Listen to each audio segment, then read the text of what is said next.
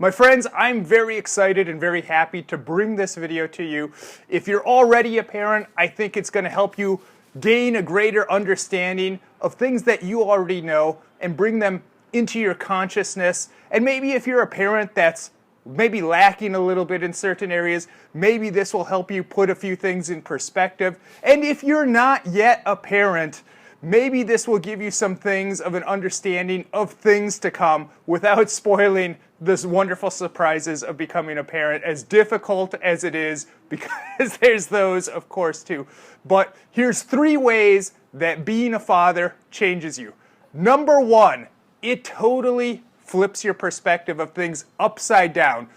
After becoming a father, especially if you've been a father for a little bit, the way you look at the world is totally different. It's very hard to explain to someone that's not a parent, but when you become a parent and you get that love in you, that sense of something now that's beyond yourself, you don't look at anything the same way. And an example of that would be when you see something that's bad in the world, something that's evil, it really bothers you. You have that feeling, I want to eliminate this from the world.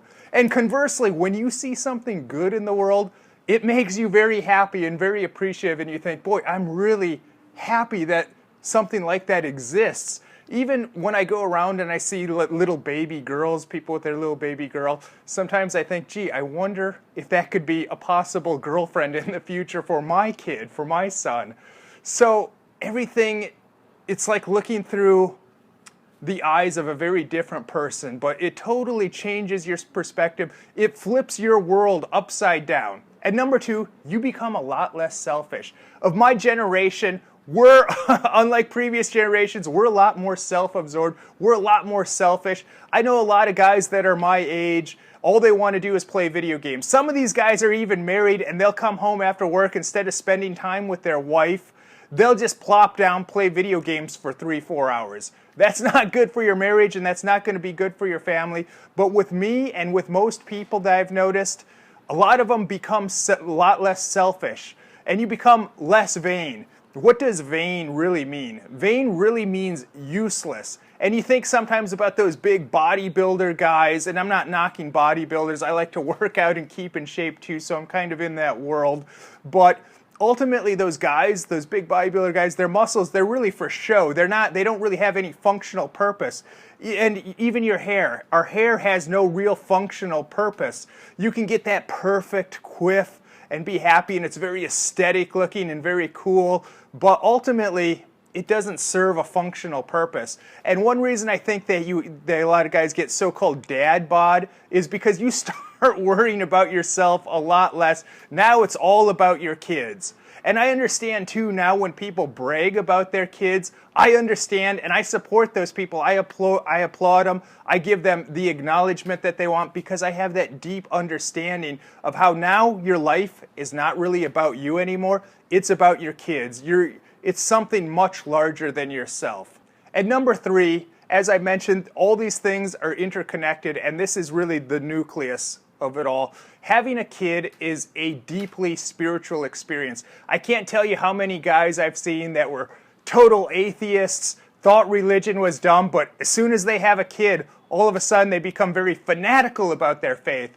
And I heard an interview recently with UFC fighter Donald Cerrone, and he had a kid, and he just had a kid. He was in training camp, and people were saying, they say being a father changes you. Like, are you a different person now? And he would say, no, that's dumb. Nothing's changed. I'm still the same guy. But he said he had this moment when he was walking out to his fight after having his son, where on his way out, he stopped and looked at his son in the crowd. And then all of a sudden, everything snapped, everything changed. And he said, now I know what I'm fighting for. I have a totally new purpose in life. And that was his motivator. And with me, my journey to faith was a very long one, but I never had that moment before where I decided, okay, this is it. I'm going all in. Now, about 5 years ago, I started my path to it.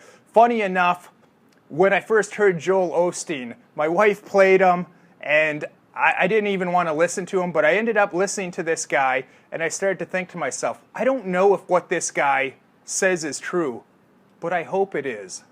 I hope what he's saying is true. And from there on out, I started to explore spirituality further, whether it's Christian, even other religions and spiritualities I started to look at.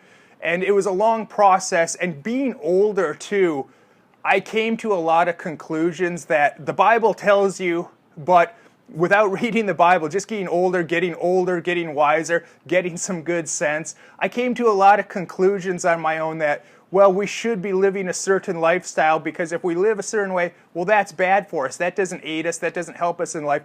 That really keeps us back and will cause a lot of pain and misery in our lives. Now, you can avoid a lot of that just by reading the Bible and following its instructions, but learning through experience, which is not as good a way to go, getting older, you start to realize a lot of those things that religion's been telling us. And I came to the realization at some point, without even converting to Christianity, I came to the realization somehow that, gee, if I lived a totally Christian lifestyle at all times, I would have almost no problems in life. At least that would cut down your problems by about 99%, because if you really live that way, all these problems that people have that you hear about, hardly any of them would affect you. So I started trying to live a very devout Christian lifestyle without actually being a believer in it, which is very hard to do, by the way. But then when I had my kid, and when you have a kid, it might not be the instant your kid comes out, and it wasn't that way for me. When I had my kid, it didn't happen right away. It took a few days. Is what happened is I had my kid, and I leading up, all throughout these 5 years, I was getting more and more spiritual. And even when my wife was pregnant, leading the last month before her delivery, I was praying actually maybe 20 to 50 times. Now these were generally very short prayers, maybe 1 to 3 sentences.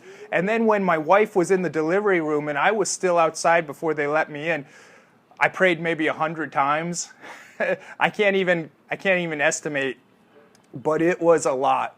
But when I kind of took the leap in to decide fully that this is really what I believe in now, it didn't happen right away, and it might not happen right away for you, because my wife had the baby, and then when she was released from the hospital a few days later, she went to stay with a relative of hers, but I would stay at our apartment. I would come visit, then at night I would go home. And as I would go home at night, I would just kind of quietly reflect on everything. I might read some Bible stories, but mostly just quiet reflection and thinking about everything, processing everything. Because when my kid was born, he was actually born a bit early, so I wasn't totally mentally psyched up yet. I wasn't totally mentally prepared, but I had these quiet evenings, these quiet moments of reflection by myself. And that's pretty much when it hit me. And then since then, as I see my kid, who's off camera here, as I see him, like the weeks and the months since then, it's just been ramping up more and more. Every day I'm learning and I'm growing spiritually, and I'm getting deeper into my faith. So these are the 3 things that I'm sure a lot of you guys will understand. And if you're not a parent, I think that you'll understand at some point. So I'm very happy to have brought this video for you, this food for thought. Go ahead and leave a comment down below how your child has changed your life, or your children if you're blessed with multiple children. But have fun with that, my friends, and be sure to enjoy spending time with your kids, even though it's difficult. Trust me, as I'm finding out, as a lot of people told me. But that's subject matter for another video, how difficult it can be.